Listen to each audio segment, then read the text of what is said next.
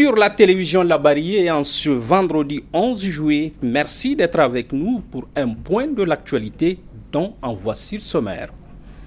En ce jour 11 juillet, justement, journée mondiale de la population sous le thème Investir dans les jeunes. Au Niger, la journée a donné lieu à une campagne contre le mariage forcé à travers la projection de 2 films. Point de presse ce matin du commissariat à l'organisation du Hajj. On y apprend pêle-mêle que les inscriptions se poursuivent malgré l'expiration du délai et que les préparatifs vont bon train. Soyez avec nous pour les détails dans quelques instants. Après le sommaire, les détails, mesdames, messieurs, bonsoir, bonne rupture de jeûne et bienvenue au journal. Investir dans les jeunes, je le disais à l'instant, c'est le thème de la journée mondiale de la population célébrée en ce vendredi, 11 juillet.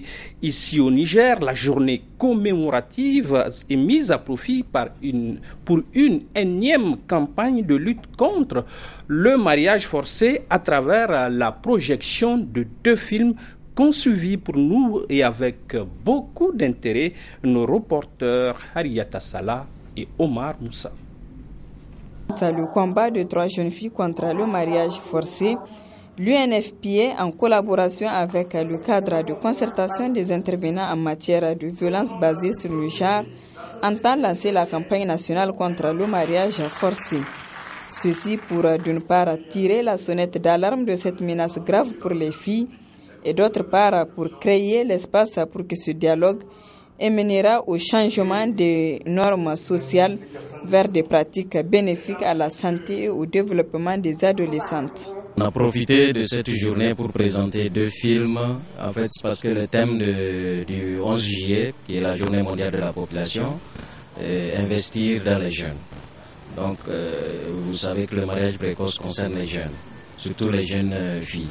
Donc, on a voulu mettre les sujets ensemble parce que l'investissement qu'on fait dans les filles, normalement, c'est pour leur permettre d'être des femmes actives et pour leur foyer d'abord, pour leur communauté, mais pour la société tout entière.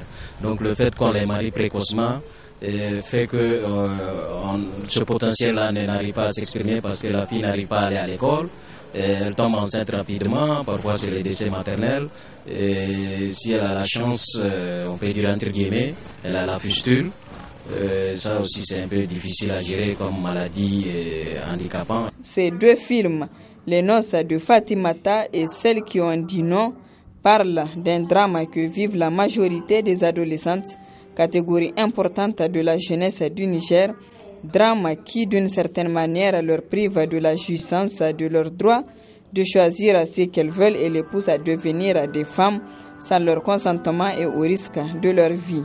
Si on compte, il y a un tiers des décès d'adolescentes dans ce décès global des mortalités maternelles. Donc, normalement, les adolescentes devaient, au lieu d'être en train de garder des enfants, elles sont déjà des enfants. Au lieu de leur donner des enfants à gérer ou à mettre au monde, elles devaient être à l'école pour apprendre comment plus tard gérer les enfants ou gérer un foyer.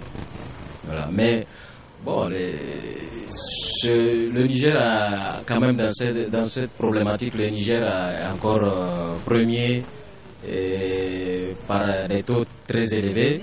En fait, c'est une première place qui n'est pas enviable parce qu'il y a 75% des femmes nigériennes âgées de 20-24 ans qui se sont mariées avant 18 ans. Donc ça, c'est un peu la problématique qu'on essaie de régler à ce niveau.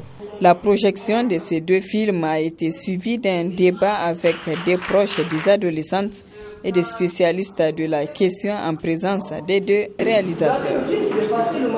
Le commissariat à l'organisation du Hajj Koho met les bouchées doubles dans l'optique d'une réussite du Hajj de cette année. On y apprend entre autres que les préparatifs se déroulent sans le moindre anicroche et que les inscriptions se poursuivent malgré l'expiration du délai. Des informations issues d'un point de presse auquel ont assisté Nafissa Zakou et Ibrahim Abdouf de la RTL. L'organisation du Hajj au Niger, les choses semblent être revenues dans l'ordre depuis que le commissariat à l'organisation du Hajj et de la Umrah ait pris l'organisation en charge. Et mieux, pour réussir le Hajj 2014, d'importantes innovations ont été apportées par les autorités saoudiennes. Au Niger, toutes les dispositions ont été prises pour une parfaite organisation. Nous venons d'achever les consultations pour la désignation des transporteurs aériens du Hajj 2014. Les négociations ont été menées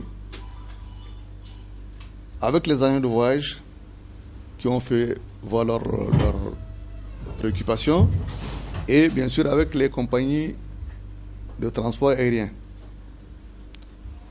L'État, à travers le COHO, s'est chargé d'un rôle de facilitateur, mais aussi d'un rôle de stabilisateur, de volet financier du Hajj, à travers un compte qu'on a ouvert à la Bagri, où on demande de verser les fonds pour être sûr que ces fonds seront versés et que les transporteurs seront payés le moment venu. Pour la phase administrative au Niger, elle est bouclée et elle s'est traduite par le respect de la date butoir, mais aussi par une meilleure protection des candidats au pèlerinage. Pour le volet saoudien, il y a certainement beaucoup d'innovations, mais avec de la concertation, de la bonne volonté, on doit pouvoir s'y adapter dans la mesure où personne ne peut courir le risque de voir ses pèlerins sans visa. Pour le transport aérien, je pense que les prestations passées et la prudence ont prévalu et que les compagnies qui sont retenues, compte tenu de leurs prestations passées, nous fournirons encore des prestations qui vont donner satisfaction. Le COHO continue à créer les conditions afin de réduire les souffrances que rencontrent les pèlerins ici au Niger et en Terre Sainte. Nous allons continuer à travailler pour le Hajj de cette année avec l'espoir qu'il va enregistrer vraiment des améliorations par rapport à ce que nous avons connu l'an passé dans certains domaines. C'est notre souhait et je pense que nous avons les moyens, avec l'aide de tous, de le réussir, notamment l'aide des pèlerins eux-mêmes avec leur compréhension, l'aide des agences de voyage, l'aide des ministères d'appui, l'aide des ulémas, l'aide de la société civile et bien sûr aussi l'aide de nos partenaires toujours qui sont les organes de presse. Pour le Hajj 2014, 12 712 Nigériens sont appelés à accomplir les rites. Tous ces pèlerins sont répartis dans 173 agences de voyage pour le Hajj et la Umrah, dont 35 ont été créées par des femmes. En ce jour, toujours ouverture à Niamey d'un atelier sous-régional de formation sur les techniques de préparation des campagnes de communication environnementale et sanitaire. C'est une initiative de l'ONG Adawa, nous rapportent Michel Didi et Halidou Bourema. C'est un séminaire qui s'inscrit dans le cadre des activités de cette ONG active dans la promotion des valeurs islamiques et les œuvres de bienfaisance. Dans son mot de chaleureuse bienvenue, le directeur pays de Adawa Islamia a souligné l'importance d'une telle rencontre. On dit toujours un esprit sain dans un corps sain. Donc généralement c'est ça. Donc si la ville, l'environnement est sain, donc la population, comme on appelle, sont aussi en bonne santé. Donc c'est la politique en général d'essayer de sensibiliser la population vers la politique de l'environnement sur le plan sanitaire. Occasion pour la secrétaire générale du ministère de la Communication et le représentant du ministre en charge de l'environnement de réitérer leurs sincères remerciements à cette organisation islamique pour tous ses efforts en faveur du mieux-être des populations nigériennes. Cet atelier est d'une importance capitale parce qu'il cadre parfaitement avec la politique environnementale du Niger. Cette politique vise la gestion durable de l'environnement, c'est-à-dire l'exploitation des ressources environnementales tout en préservant la santé environnementale. Donc, nous sommes appelés à gérer notre environnement, à exploiter ces ressources, mais tout en préservant ce qu'ils disposent comme ressources. Plus précisément, nous sommes appelés à maintenir notre environnement sain pour qu'il puisse nous satisfaire aujourd'hui et satisfaire la génération future. Mon souhait est que ce partenariat se poursuive et s'étende à d'autres organes de presse pour que l'information environnementale soit bien connue de tous les médias et qu'ils apportent leur appui à l'ONG dans le cadre de ses activités de sensibilisation. Notons que le présent atelier qui réunit des participants venus de la Côte d'Ivoire, du Burkina Faso, du Tchad, du Mali et du Nigeria durera 3 jours. Ça n'arrive pas souvent, mais une journée dédiée au livre à l'occasion de la présentation ce matin de 2 ouvrages conçus par l'ONG Démocratie 2000. Assoumana China y a pris part et nous en donne les détails.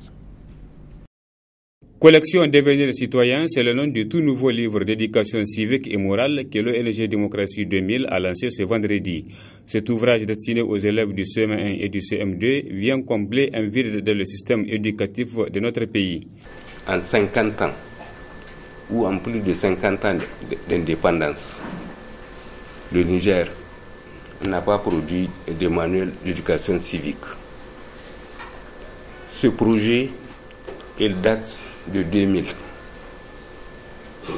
Et comme je le disais tout à l'heure, nous avons une vocation à Démocratie 2000. C'est celui-là. Mais c'est 4 livres. Nous estimons que le comportement incorrect, souvent de nos enfants, sont dus à un manque d'éducation civique et une culture morale. Vous avez suivi ce qui s'est passé, les actes de vandalisme qui ont été perpétrés par-ci, par-là. Mais nous voulons, de manière durable, imprimer une nouvelle conduite à nos enfants, une nouvelle culture civique, où on respecte les lois et les règlements, où on respecte les règles de la société. C'est pour cela que nous avons initié une collection éditoriale, la collection Devenir citoyen. Aussi, l'ONG Démocratie 2000 a officiellement lancé son journal Fraternité Niger, un journal qui se veut quotidien avec un traitement objectif de l'information. Le journal se veut comme un outil pour pallier à un vide institutionnel. Le Sahel, comme on dit, c'est la voie du pouvoir. Nous ferons un autre traitement de l'information, mais objectif. Ce journal ne se veut pas un journal de l'opposition ou de la majorité. Le traitement de l'information, on le fera. Et à ce titre-là, on mettra tous nos journalistes dans les conditions qu'on offre un produit de qualité. Pas de l'opinion, mais de l'information. Et ça, c'est important. Et l'émergence d'une presse privée, professionnelle, pluraliste, est quelque chose de toute importance pour quel que soit le régime. Collection Devenir citoyen et Fraternité Niger, 2 ouvrages émanant de l'ONG Démocratie 2000 qui permettront de former des bons citoyens et de diffuser des informations saines. Le comité olympique et sportif national du Niger, COSNI, sera en assemblée générale élective le week-end prochain et à l'occasion, la commission électorale indépendante a annoncé qu'aucun candidat n'est éligible à la date requise. Voyons cela de plus près à travers ce résumé de Ibrahim Tikiré.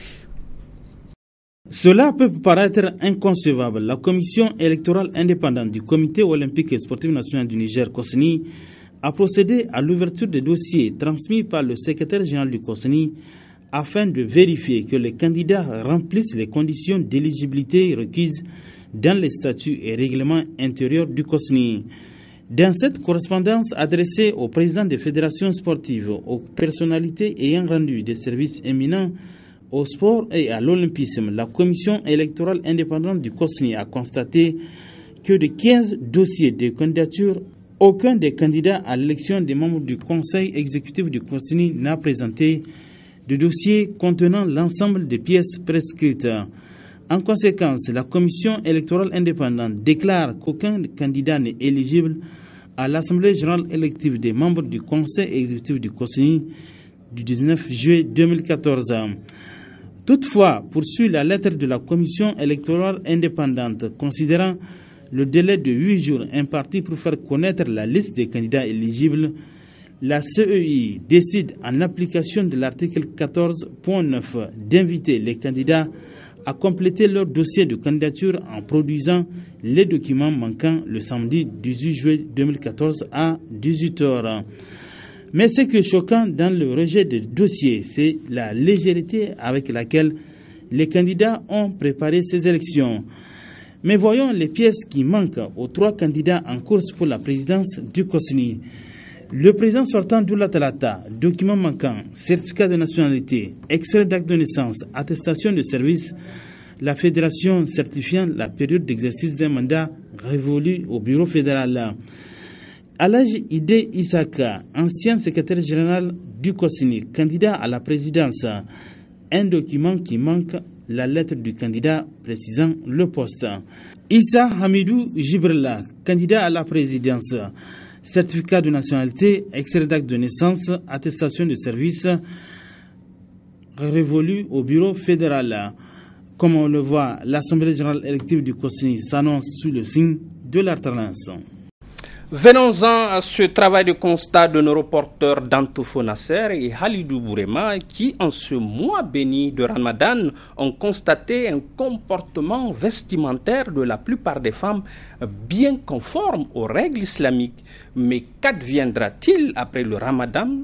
Questions et réponses dans ce reportage.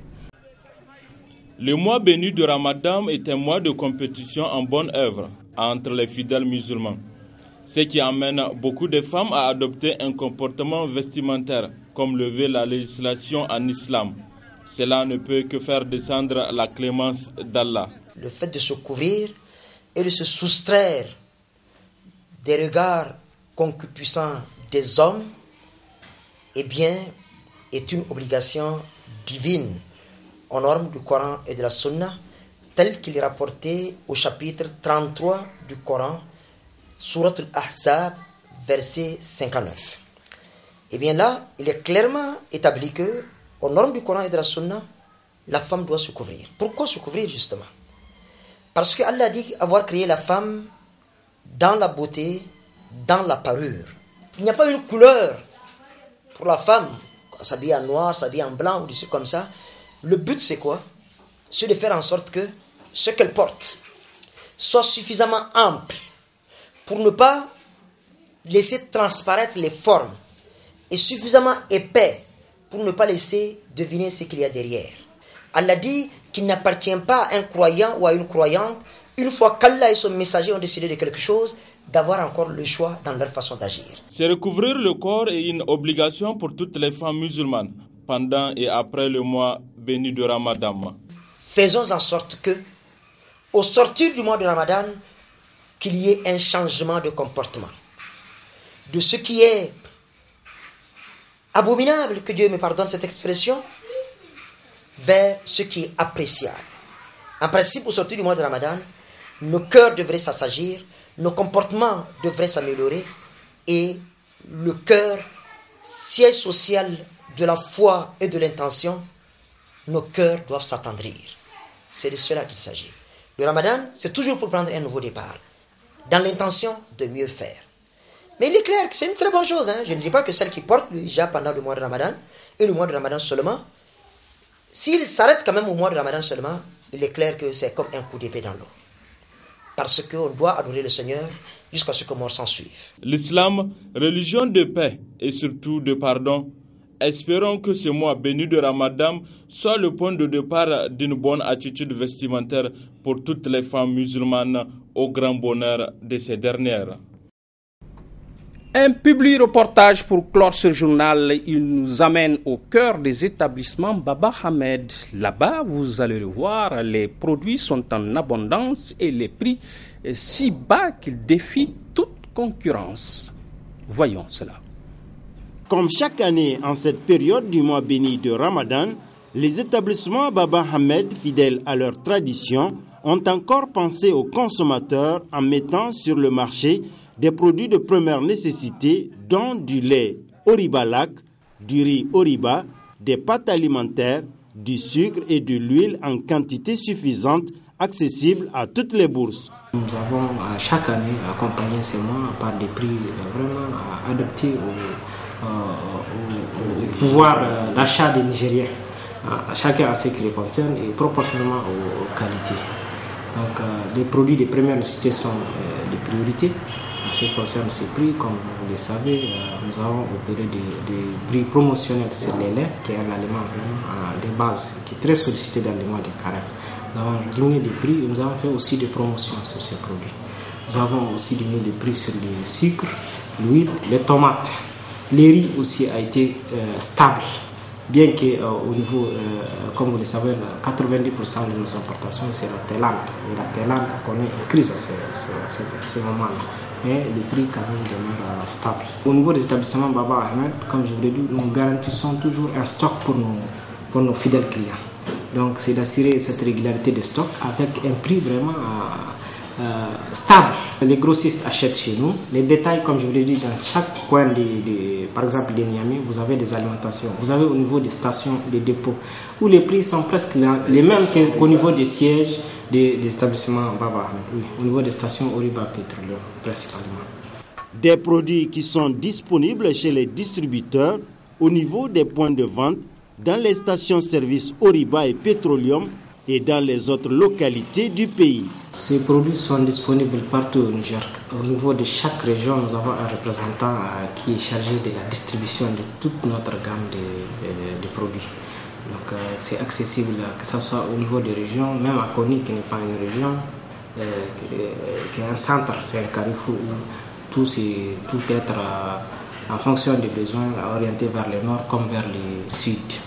Donc au niveau d'Agadez, nous avons une représentation, au niveau d'Arlit également, à Tawa, Maradi, Zander, Niamey et jusqu'à Tilabiri. Pour se procurer, nous avons des distributeurs partout, que ce soit à Niamey ou à l'intérieur du pays. À Niamey, vous allez les voir partout au niveau des stations Oriba Pétrolium et nous avons aussi des distributeurs agréés, c'est-à-dire des alimentations en général que vous allez voir dans les quartiers.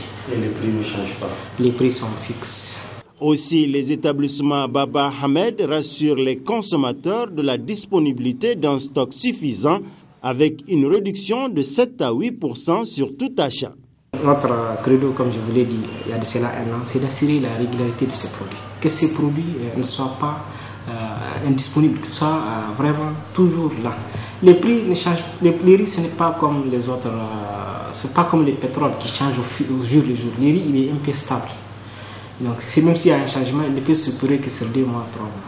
Donc pour le moment, le riz il est stable. Bien avant les carême, le prix du riz sont abordables. Et c'est en fonction de chaque bourse. Chaque bourse va trouver les riz qu'elle peut souffrir. Donc l'appel que j'ai à lancer, c'est vraiment à tous nos distributeurs de faire en sorte que les prix soient disponibles chez eux et que nous garantissons la disponibilité des produits. Maintenant, l'appel que j'ai aussi à lancer en dehors de nos distributeurs, c'est que ceux qui achètent chez nous doivent miser sur l'écoulement des produits. Il ne sert à rien de spéculer pour ne pas perdre du temps à ne pas vendre.